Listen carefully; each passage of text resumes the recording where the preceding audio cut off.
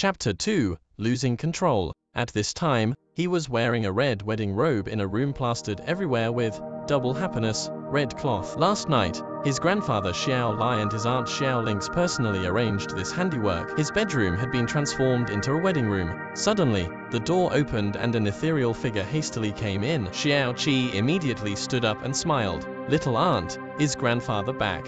Xiao Ling's was Xiao Lai's daughter from when he was middle-aged. Although she was Xiao Che's aunt, she had only turned 15 this year and was 1 year younger than Xiao Qi. She was still quite young, but her beauty was already charmingly touching. Her profound strength was at the early 6th level of the elementary profound realm, but even though she was not on par with Xia Qingyu if compared, it wasn't that bad since she was an important asset to the Xiao clan and was held in high regard. "Oh, Chia, you have finally woken up."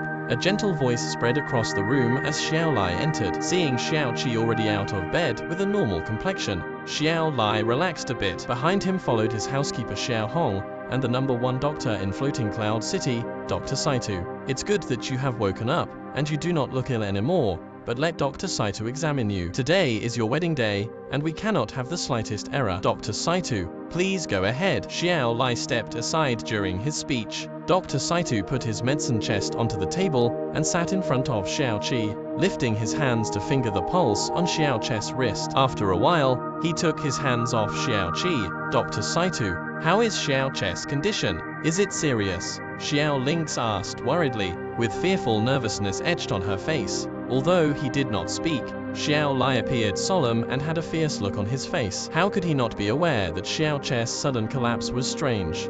Dr. Saito's face slowly lit up and eased into a smile. "Elder Xiao, you do not need to worry. Your grandson's physical condition is excellent. He has no major ailments or even the slightest cold. Perhaps your grandson fainted because he was so nervous and excited that his blood rushed to his head. After all, your grandson is marrying Xia Clan's daughter, the #1 beauty in Floating Cloud City." Ho ho ho. Although Dr. Saito tried to conceal his contempt, his words revealed his regret. A talented woman marrying a useless good-for-nothing with no future was truly hard for someone to accept. "That's great news." Xiao Lai sighed in relief and nodded in thought. It must be hard on Dr. Saito to be pulled over so early in the morning. "Hong, escort Dr. Saito to the living room to rest." "It's fine," Dr. Saito replied with a wave of his hand and lifted his medicine chest. "Since your grandson is all right, I will take my leave. Congratulations to Elder Xiao on meeting Floating Cloud City's most outstanding granddaughter-in-law. I do not know how many people must envy you right now. Haha, farewell.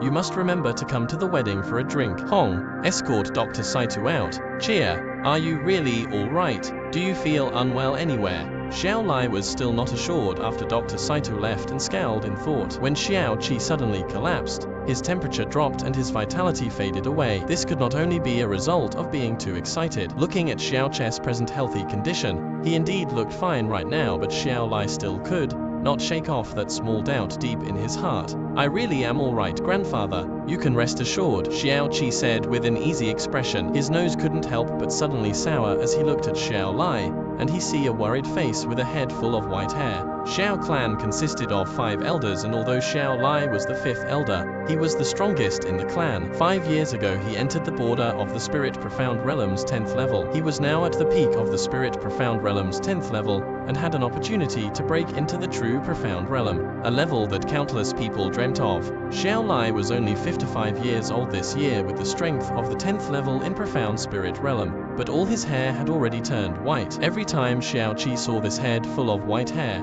his heart became bitter at the sight. The reason why Xiao Lai had white hair, since his middle-age years, was known to all the people living in Floating Cloud City. His only son, the father of Xiao Qi, Xiao Ying, was called the #1 genius of Floating Cloud City. At the age of 17, he broke into the nascent Profound Realm. At 20, he reached the 5th level of the nascent Profound Realm. At 23, he broke through the nascent Profound Realm and entered the true Profound Realm. Shocking all people of Floating Cloud City, he became the Xiao clan's pride, as well as Xiao Lai's pride and joy. Almost everybody believed that, when Xiao Ying became middle-aged, he would be the best candidate qualified to inherit the leadership of the Xiao clan. Unfortunately, perhaps because God was jealous of the talented, there was an assassination attempt on Xiao Ying's life, only a month after Xiao Qi was born. A few days before that, Xiao Ying also saved the life of Xia clan's daughter. After this rescue, Xiao Ying only could fend off the assassins with half his usual strength,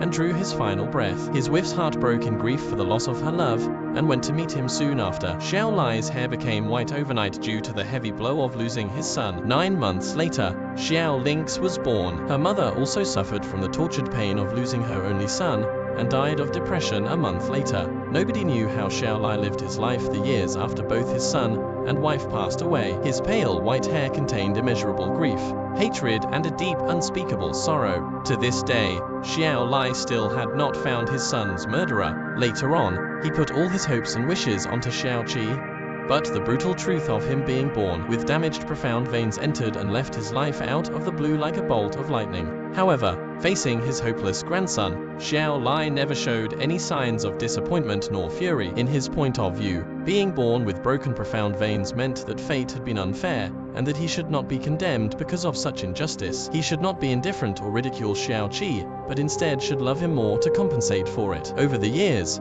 he had always been seeking any possible ways to repair damaged profound veins. However, profound veins were the lifeline of one's profound strength. How can it be so easily repaired? Although Xiao Qi was ignored by others and was faced with the mocking eyes of others while growing up, he still felt lucky to have such a grandfather. Looking at Xiao Lai's piercing white hair, Xiao Chess' eyes gradually sharpened. Since the gods gave me this second chance, and let me have both my memories, even if it is to only comfort my grandfather, I have to live vigorously. So what if my profound veins are broken? I am a medical saint's successor, as long as I find the right medicine. In a short span of 3 weeks, I could fully restore my profound veins back to normal. You are all right. That's wonderful to hear. Watching him, Xiao Lai was finally rest assured. Glancing at the brightening sky, he spoke. Cheer, the hour is nigh. Go make your preparations while I go arrange the wedding team. Oh right. Do you want to ride horseback, or sit in the carriage? If he was yesterday's Xiao Qi, he would definitely have answered, the carriage. Although he was the only grandson of an elder, without that status, he could be called a good-for-nothing with a world's difference between him and Xia Qingyu. On his bridal path to the Xia clan, there was no doubt that he would suffer countless finger-pointing and also bear numerous glances of envy and regret. One could imagine what feelings would surface if one met face to face in front of such negative emotion. Xiao Qi laughed with a slight smile. Of course, I'm riding on the horse. You do not have to worry about me, grandfather. Xia Qi may be nobility, but she is already fated to be our Xiao family's daughter-in-law. I will openly wed her home with dignity and honor to not let you lose face. There was a delay in Xiao Lai's expression, for he would never have thought that his grandson would say such a thing. His face then broke into a gentle smile and he slowly nodded. Good. With just one word, his deep satisfaction came through. Xiao Lai stepped out of the room and gently closed the door. As soon as Xiao Lai left, Xiao Ling stood in front of Xiao Qi and curled her lips. Her face warped in unhappiness. She spoke. So you actually are excited for this marriage, and made me worry for you in vain. You obviously have not met Xia Qingyu that many times, but you're already fond of her. Oh right, she is our floating cloud city's #1 beauty. Ha! Xiao Qi quickly waved his hands back and forth. How's that possible? Xia Qingyu is quite beautiful, but I think little aunt is prettier. If I really fainted because of her, then I would not know how many times I would have fainted in this lifetime, because little aunt always accompanies me every day. Xiao Lynx's face immediately broke into a sweet smile as she giggled. You know just the thing to say to make me happy. It's fine if Xiao Qi fainted in his rush to marry her, because Xia Qingyu is beautiful as she is talented. Xia clan is also the wealthiest clan in Floating Cloud City, so there is quite a lot of people who dream of marrying her. However, in the end, she is going to marry my family's Xiao Qi. At this point, Xiao Lynx wore a proud look on her face. Then her eyes became wistful as her voice gentled. I feel like this day came so quickly. Little Qi is already about to be married. Pound pound. A knock on the door was followed by the voice of old housekeeper Xiao Hongkan. Young master, it is almost time to go and meet your bride. Ah, already? Xiao Lynx glanced at Xiao Chess' clothes and suddenly looked anxious. Uncle Hong, wait a little while longer and we will come out right away. She walked in front of Xiao Qi, and a pair of soft hands began to quickly tidy his wedding clothes. This outfit is quite hard to put on. Your clothes are in a mess because of the events earlier. Stand still. I will finish this right away. A pair of snow-white delicate hands began to work hurriedly. She flipped his collar back to the proper position and refastened his loose belt.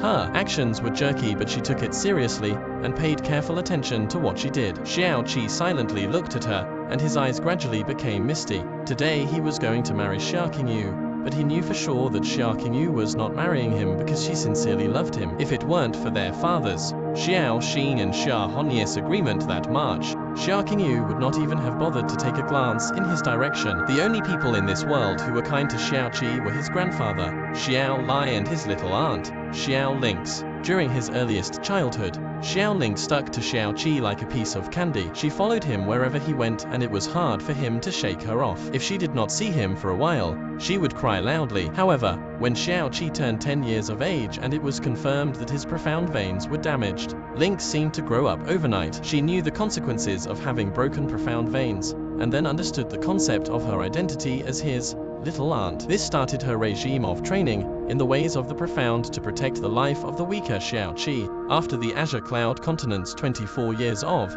dreams, Xiao Qi felt that his time here with Xiao Lynx's kindness was as luxurious as it was precious. Although Xia Qingyu was about to become his wife, she would only be like the sky's coldest moon, something to only be seen but not touched. If I marry a girl like little aunt, it would be perfect. These kinds of thoughts uncontrollably popped up in Xiao Che's state of mind.